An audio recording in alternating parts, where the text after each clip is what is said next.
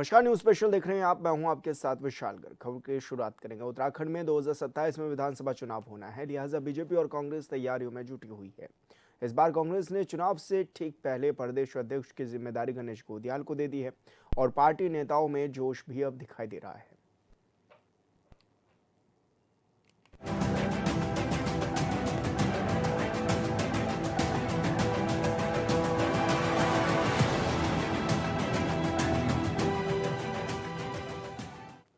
Congress high command ने उत्तराखंड में प्रदेश अध्यक्ष को बदल दिया है और नए प्रदेश अध्यक्ष ने वरीय नेताओं की मौजूदगी में शपथ भी ले ली है। पार्टी नेताओं का कहना है कि गणेश गोदियाल के नेतृत्व में 2027 के चुनाव में पार्टी न सिर्फ बेहतर प्रदर्शन करेगी बल्कि सत्ता में भी वापसी करेगी। हम उत्तराखंड में विजयी रथ जो बीजेपी का है, उस रथ को न केवल रोकेंगे बल्कि उसको उलट भी देंगे, जैसा हमने 2002 में किया। उत्तराखंड में कांग्रेस के नए प्रदेश अध्यक्ष गणेश गोदियाल को लेकर पार्टी नेताओं में जोश दिख रहा है। नेता प्रतिपक्ष यशपाल आर्य से लेकर पूर्व सीएम हरीश रावत तक जोशीला बयान दे रहे हैं। हरीश रावत का कहना है कि गणेश गोदियाल के नेतृत्व में न सिर्फ कांग्रेस पार्टी बीजेपी की विजय रथ को रोकेगी बल्कि उसे उलट भी देगी। मैं बहुत बधाई देना चाहता हूं जो नवनियुक्त पदाधिकारी हैं उनको भी और कांग्रेस कार्यकर्ताओं को भी। उत्तराखंड कांग्रेस को एक पंचमुखी रुद्राक्ष की तरीके से विरोधियों का नाश करने वाला, उनको परास्त करने वाला नेतृत्व दिया है केंद्र सरकार, केंद्रीय हमारे शीर्ष नेताओं ने। उसके लिए मैं उनको बहुत धन्यवाद देता हूं और हमारे कार्यकर्ताओं में आज अभूतपूर्व उत्साह, ये उत्साह परिवर्तन लाएगा और अभी हम 1.25 साल एक मजबूत विपक्ष के तौर पर लड़ेंगे और 2027 में परिवर्तन लाएंगे और कांग्रेस की सरकार बनेगी। पार्टी के पूर्व प्रदेश अध्यक्ष करण माहरा का कहना है कि उत्तराखंड कांग्रेस एकजुट होकर चुनाव लड़ेगी और पूरी उम्मीद है कि 2027 के चुनाव में पार्टी सत्ता में वापसी करेगी। पार्टी के विधायक प्रीतम सिंह का कहना है कि मौजूदा वक्त में जो हालात हैं उसमें बीजेपी की सरकार सभी मोर्चों पर फेल हो चुकी है। राज्य में भ्रष्टाचार चरम पर है। राज्यवासी बीजेपी की सरकार से परेशान है। देखिए, एक तो गणेश गोदियाल जी की जो शैली है वो बहुत प्रभावी है और अगर सारा नेतृत्व गणेश गोदियाल जी के संग कंधे से कंधा मिलाकर अगर चुनाव लड़ाएगा तो 27 निश्चित ही कांग्रेस की झोली में आएगी और हमें भरोसा है कि गणेश गोदियाल जी के नेतृत्व में कांग्रेस मजबूत होगी। मुझे CWC का विशेष आमंत्रित सदस्य बनाया, मेरे लिए इससे गौरव का क्षण नहीं हो सकता। मेरा बहुत लंबा कार्यकाल में केवल 27-28 साल की मेरी राजनीति है और जिस तरीके से मुझे ये मौका मिला है, मैं हाईकमान का बहुत शुक्रगुजार हूँ और कोशिश करूंगा उस पोजीशन का फायदा पार्टी के हित में जितना मैं कर सकूं वो करूं और जो हमारे पर्वतीय क्षेत्र के खासकर जो 9 हिमालय राज्य हैं उनकी जो मूलभूत समस्याएं हैं उनको वहां साझा कर सकूं ताकि कांग्रेस की मदद से आने वाले भविष्य में हम इन क्षेत्रों को लाभ पहुंचा सकें। जो जिम्मेदारी राष्ट्रीय नेतृत्व ने सौंपी है उस जिम्मेदारी का निर्वहन पूरी निष्ठा के साथ करने का काम करें। आज जो हालात है, जो परिस्थितियां हैं, जो स्थिति है वो आपके सामने है। हर वर्ग सड़क पर संघर्ष करने का काम कर रहा है और उत्तराखंड के लोगों ने बदलाव का मन बना लिया है। 2027 में कांग्रेस की वापसी होना सुनिश्चित है। हरीश रावत के उस बयान पर बीजेपी ने पलटवार किया है जिसमें उन्होंने कहा कि वो 2027 में बीजेपी के विजय रथ को रोकेंगे भी और उलट भी देंगे। बीजेपी की प्रदेश प्रवक्ता हनी पाठक का साफ कहना है कि हरीश रावत की ये मानसिकता विकलांगता है। बिहार चुनाव के बाद भी कांग्रेस ने सबक नहीं लिया। हम उत्तराखंड में विजयी रथ जो बीजेपी का है, उस रथ को न केवल रोकेंगे बल्कि उसको उलट भी देंगे, जैसा हमने 2002 में किया। देखिए, मैं इस पर ये कहना चाहूँगी, माननीय हरीश रावत जी को AICC की टीम के मेंबर्स की जगह भी नहीं दी गई है, उनको एकदम बाहर का रास्ता दिखा दिया है। उससे भी उनको कुछ सबक लेनी चाहिए कि अब उनकी बातों में, उनकी कथनी में, उनकी करनी में किसी भी चीज़ का, किसी भी प्रकार का ना तो विज़न है, ना तो सत्यता है। तो इन सब चीज़ों के मद्देनज़र अब उनको संन्यास ले लेना चाहिए और संन्यास से पहले ये थोड़ी-थोड़ी शगुफ़े छोड़ते रहते हैं कि लोगों को ये लगे कि मैं जिंदा हूँ वाली प्रथा में हरीश रावत जी लगातार चल रहे हैं। लेकिन ये उनकी मानसिक विकलांगता का परिचय वो दे रहे हैं कि वो भारतीय जनता पार्टी के विजय रथ को उलटने की बात कर रहे हैं। बिहार के चुनाव परिणाम से तो उनको कम से कम सबक लेना चाहिए कि वो क्या बोल रहे हैं, क्यों बोल रहे हैं और किसको बोल रहे हैं। तो ये सारी चीज़ों से उनको सबक लेने के बाद किसी भी प्रकार का बयान जारी करना चाहिए। उत्तराखंड के चुनाव में जनता किसका साथ देगी ये तो वक्त के साथ पता चलेगा, लेकिन पार्टी को पूरी उम्मीद है कि गणेश गोदियाल कुछ कमाल करेंगे।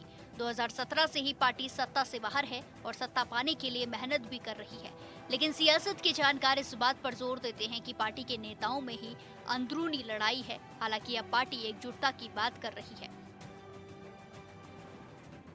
Bureau report HNN 24/7।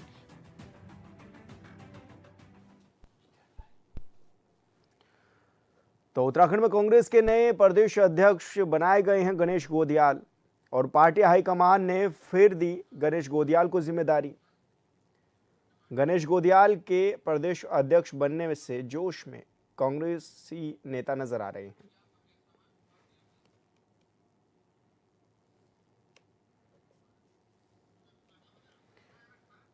और ऐसे में ये भी कहा गया है कि अब कांग्रेस फुल एक्शन मोड में नजर आ रही है और 2027 विधानसभा चुनाव में कांग्रेस की सरकार बनेगी। बीजेपी की डबल इंजन वाली सरकार में प्रदेश की जनता परेशान है, इस तरह के अब आरोप भी लगाए जा रहे हैं।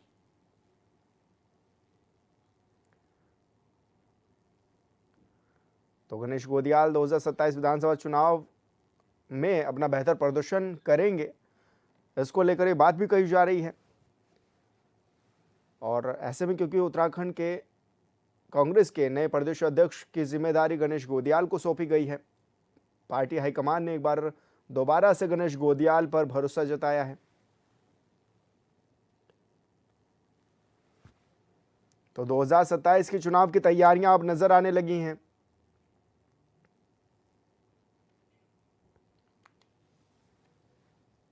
उत्तराखंड में कांग्रेस ने बड़ा बदलाव कर दिया है और गणेश गोदियाल अब प्रदेश अध्यक्ष कांग्रेस भी बनाए गए हैं।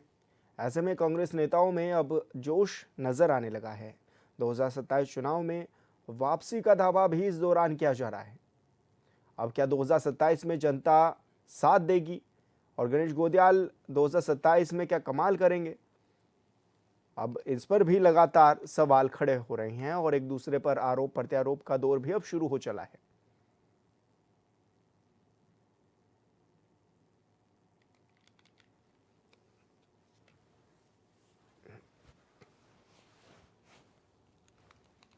तो उत्तराखंड में कांग्रेस के प्रदेश अध्यक्ष को बदला गया है और ऐसे में कांग्रेस हाईकमान ने उत्तराखंड के प्रदेश अध्यक्ष को बदला है। नए प्रदेश अध्यक्ष ने वरीय नेताओं के साथ शपथ भी ले ली है।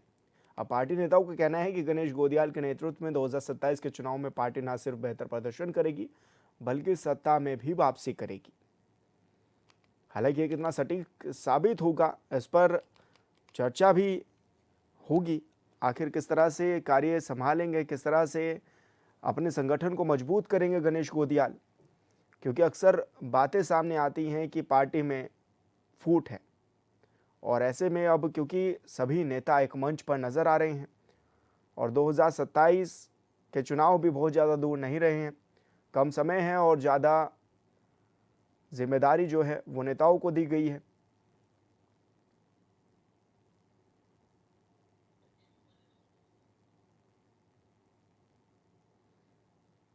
और ये कहा भी जा रहा है कि भाजपा का सूर्यास्त कर देंगे, यानी कि कांग्रेस की ओर से बयान सामने आया है। हरदा ने कहा है कि 2027 विधानसभा चुनाव में कांग्रेस की सरकार बनेगी और बीजेपी की डबल इंजन वाली सरकार में प्रदेश की जनता परेशान है, ये उन्होंने कहा है। 2017 से ही देवभूमि उत्तराखंड में कांग्रेस पार्टी जो है वो लगातार मुद्दे उठाने का काम कर रही है। क्या जनता कांग्रेस का साथ देगी? अब इस पर भी किस तरह का माहौल कांग्रेस बनाएगी वो देखने वाली बात होगी। पार्टी हाईकमान ने गणेश गोदियाल को बड़ी जिम्मेदारी सौंपी है।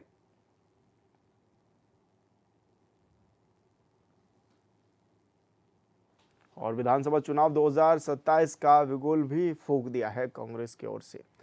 ऐसे में अब उत्तराखंड में बड़ा बदलाव भी देखा गया है और गणेश गोदियाल प्रदेश अध्यक्ष भी बनाए गए हैं।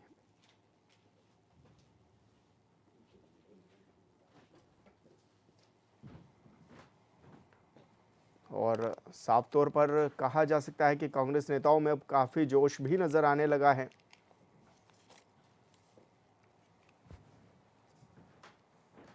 कांग्रेसियों का बीजेपी पर सियासी हमला भी लगातार नजर आ रहा है।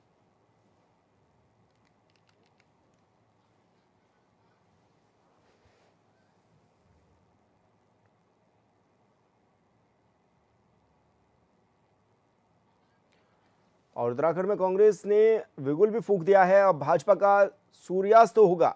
उत्तराखंड में इस तरह की बातें अब लगातार सामने आ रही हैं। प्रदेश अध्यक्ष की जिम्मेदारी गणेश गोदियाल ने संभाली है। 2027 विधानसभा चुनाव में कांग्रेस की सरकार बनेगी। हरीश रावत की ओर से भी ये दावा किया गया है और ये कहा गया है कि विजय रथ को भी रोक देंगे बल्कि पलट देने की बात भी कही है। और ऐसे में कांग्रेस तमाम तरह के मुद्दे इस समय उठा रही है। भ्रष्टाचार का मुद्दा उठा रही है, साथ ही वोट चोरी का मुद्दा उठा रही है। और आज इसी पर चर्चा करेंगे। हमारे साथ तमाम गेस्ट भी मौजूद हैं, बीजेपी कांग्रेस से भी। और कमलेश रमन जी हमारे साथ बीजेपी से जुड़ गई हैं, साथ ही आशीष नोटियाल हमारे साथ कांग्रेस से जुड़ गए हैं, देवचंद उत्तराखंडी हमारे साथ जुड़ गए हैं यूकेडी से, और हमारे संवाददाता योगेश आर्या भी हमारे साथ जुड़े हुए हैं। बहुत स्वागत है आप सभी मेहमानों का। सबसे पहले मैं कमलेश रमन जी के और ही रुख करूंगा। कमलेश जी, जिस तरह से बताया जा रहा है और ये कहा भी जा रहा है कि रथ जो विजय रथ है आपका उसको रोक देंगे, पलट देंगे, क्या कहेंगे इस पर? मेरी आवाज आ रही है आप तक?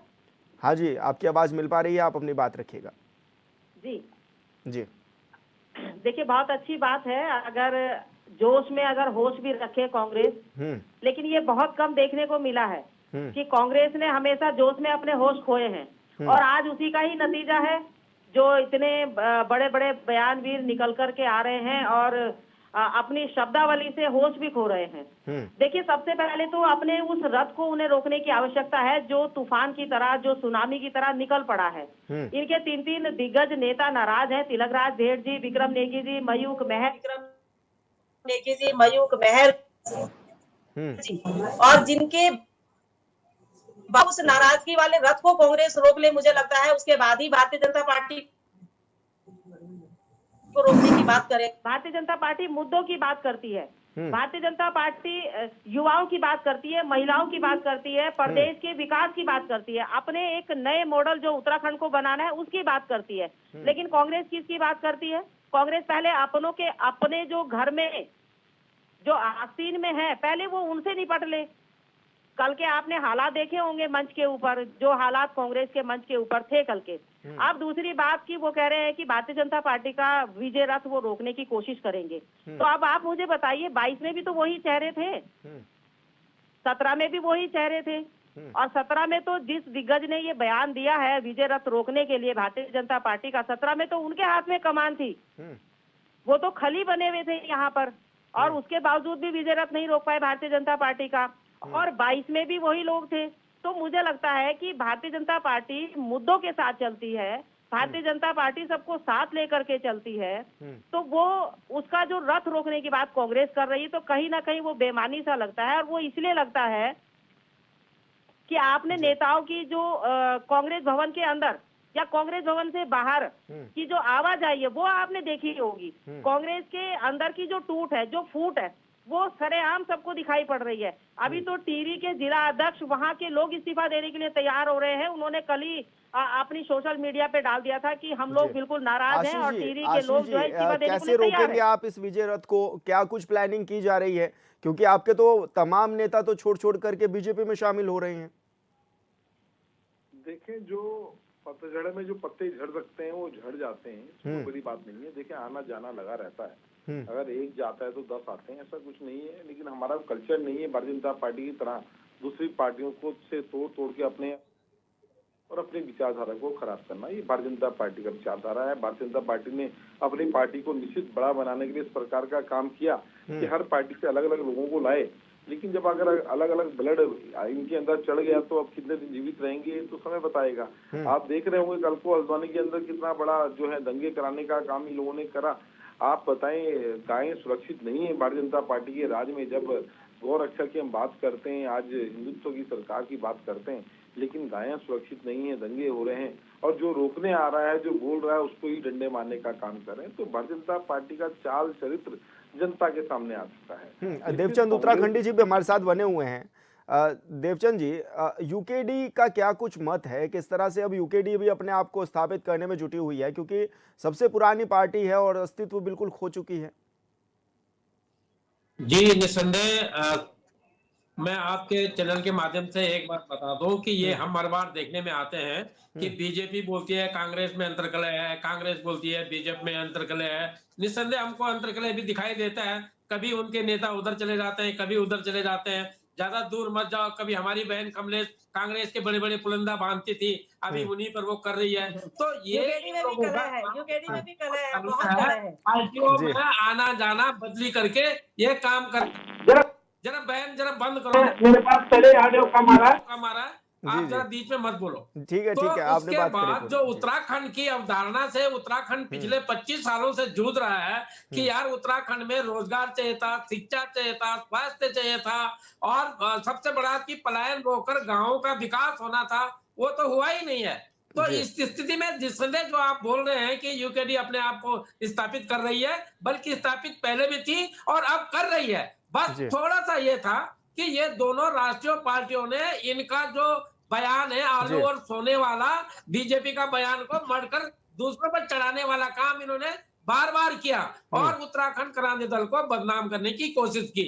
लेकिन अब जो है उत्तराखंड क्रांति दल में वो लोग हैं जिन्होंने इनका पूरा पहले देख करके कि ये क्या करते हैं क्या नहीं करते हैं, इनके साथ रहे, इनको वोट दिए, लेकिन अब वो प्रमुखता से एकता से उत्तराखंड क्रांति दल के साथ है और इसका नतीजा आपको बहुत जल्द भी और जी बिल्कुल बिल्कुल देवचंद जी, आप सभी मेहमान हमारे साथ बने रहिए। यहाँ वक्त हो चला एक छोटे से ब्रेक का, जल्द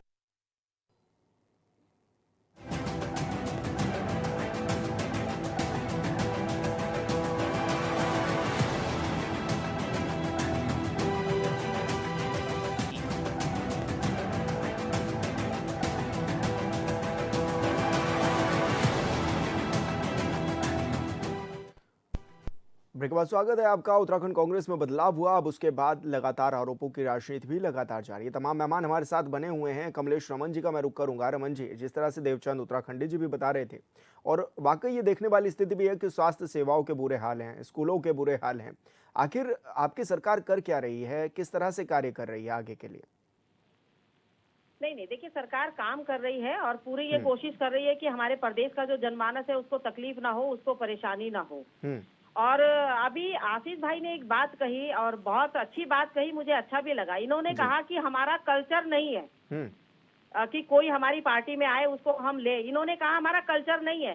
तो अगर कल्चर नहीं है तो माननीय हरक सिंह रावत जी को क्यों लिया? अगर कल्चर नहीं है तो यशपाल आर्य जी को क्यों लिया? अगर कल्चर नहीं है तो उन लोगों को क्यों लेने की कोशिश कर रहे हैं जिसके बारे में वो बार बार कह रहे हैं कि बहुत जल्दी तूफान आ जाएगा भारतीय जनता पार्टी में, बहुत सारे लोग भारतीय जनता पार्टी से आ रहे हैं। तो मुझे लगता है या तो आशीष भाई को पता नहीं है और या फिर वो नेता इनसे कार्यकर्ताओं को लगता है कि विश्वास में नहीं लेते हैं। तो अगर कल्चर नहीं है तो ऐसे लोग फिर पार्टी में कांग्रेस में क्यों आते हैं और क्यों जाते हैं अगर इनका कल्चर नहीं है?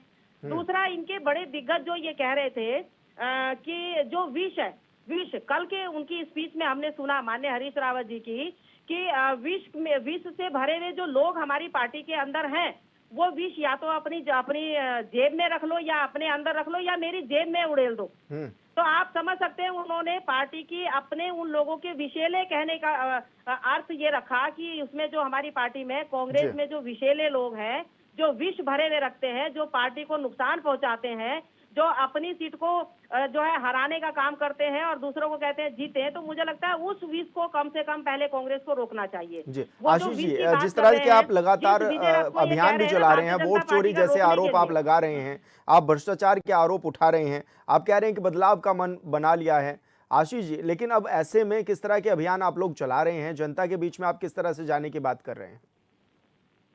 देखिए हम जनता के हर मुद्दों पे जनता के साथ खड़े हैं। आप देखिए उपनल कर्मी आज हड़ताल पर बैठे हैं और उपनल कर्मियों को पक्का करने के लिए हाईकोर्ट कह चुका है इन्हें परमानेंट करें, लेकिन ये सरकार उनके खिलाफ सुप्रीम कोर्ट चले जाती है और अब सुप्रीम कोर्ट से भी रताड़ खाने का काम किया। तो सरकार किस तरह से अपने कर्मचारियों के हितों की अनदेखी कर रही है, उनके खिलाफ जाने का काम कर रही है। आप देखें चाहे उपनल कर्मी की बात कर लें, चाहे आप किसी भी क्षेत्र में बात कर लें, ओल्ड पेंशन स्कीम की बात करें, कई ऐसे बड़े बड़े मुद्दे हैं और ये समझ नहीं आता। बिहार चुनाव की बात कर रहे थे कि किस प्रकार से जब पूरी जनता इनके विरोध में खड़ी है तो ये जीत कैसे रहे। आप बताएं ना, सरकारी कर्मचारी इनसे परेशान है, पेंशनर इनसे परेशान है, महिलाओं को सुरक्षा नहीं दे पा रहे हैं, लॉ एंड ऑर्डर राज्य का देश का खत्म करने का काम कर रहे हैं। देश की सुरक्षा आप लोग देख लीजिए, दिल्ली में बम धमाके, देश के इनके अंदर हालात सही नहीं है। आज विदेशों के अंदर भारत की क्या स्थिति है वो आप लोग देख रहे हो, किस तरह बात कर रहे थे। लाल आंखें दिखाने वाले लोग आज ये लाल आंखों बात नहीं करते। तो जनता अब समझ चुकी है, देख चुकी है।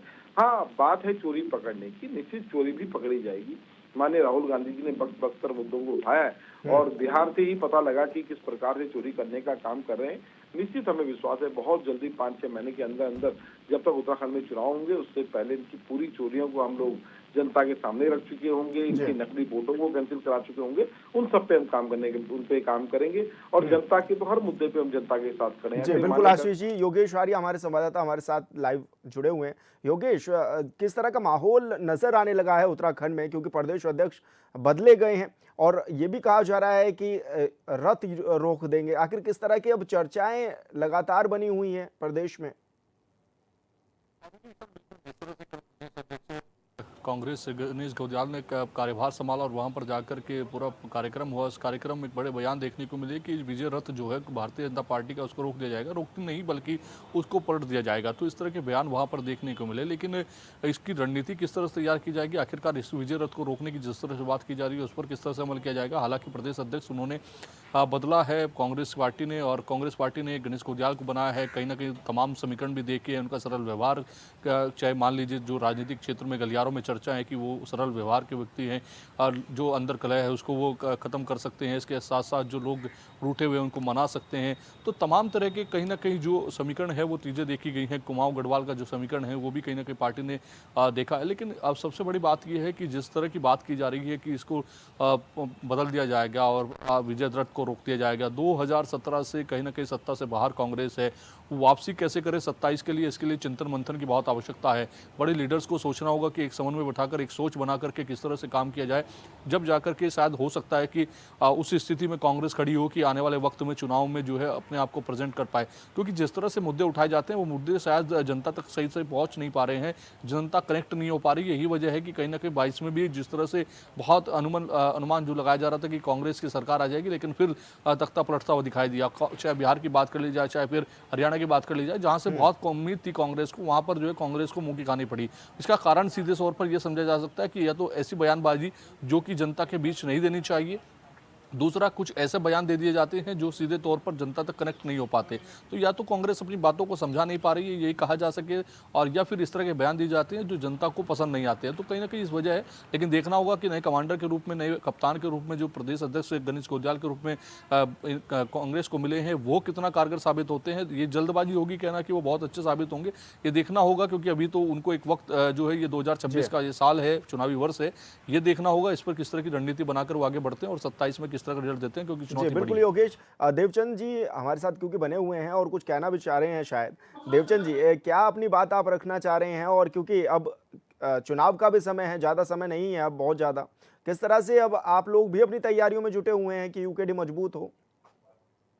देखिए, मैं फिर से कह रहा हूं कि यूकेडी की कोई कमजोरी ऐसी नहीं है जो वो समझे कमजोर है।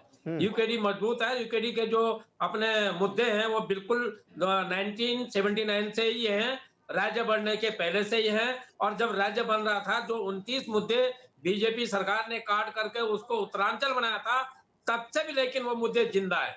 अब जो मैं बात करता हूं कि ये जो बार बार बात आती है कि 2017 में तो ठीक है जनता ने बदली करने का मन बनाया होगा, लेकिन 2022 और बिहार का चुनाव स्पष्ट करता है कि जो केंचुआ है, केंचुआ मतलब केंद्रीय चुनाव आयोग, जो केंद्रीय चुनाव आयोग है, जब माननीयों के चरणों में जाकर झुक रहा हो तो ऐसी स्थिति में स्पष्टता, पारदर्शिता को समझना बहुत मुश्किल है। लेकिन मेरे को समझ में नहीं आ रहा है कि इनको वोट कौन दे रहा है। जब सड़क में हमारे वरिष्ठतम जो लॉयर लोग हैं, जो वकील लोग हैं, वो सड़कों पे हैं। जो हमारे पढ़े लिखे लोग हैं, जो बेरोजगारी के रूप में वो सड़क में हैं। जो छोटी मोटी जो कार्मिक नौकरी पे जी लगे हुए बिल्कुल, हैं, समय की कमी है, माफी चाहूंगा आप सभी से, पूरा बयान आपका नहीं आ पाएगा। कमलेश जी, आशीष जी, देवचंद जी और योगेश आर्य, आप सभी का बहुत शुक्रिया, आप इस डिबेट में जुड़े। और साफ तौर पर क्योंकि अब इस तरह की चर्चाएं आम हो चली हैं कि आने वाले समय में 2027 में यानी कि किसका सर पर सेहरा सजेगा। और न्यूज स्पेशल में मेरे साथ इतना ही। आप देखते रहिए HNN 24/7। नमस्कार।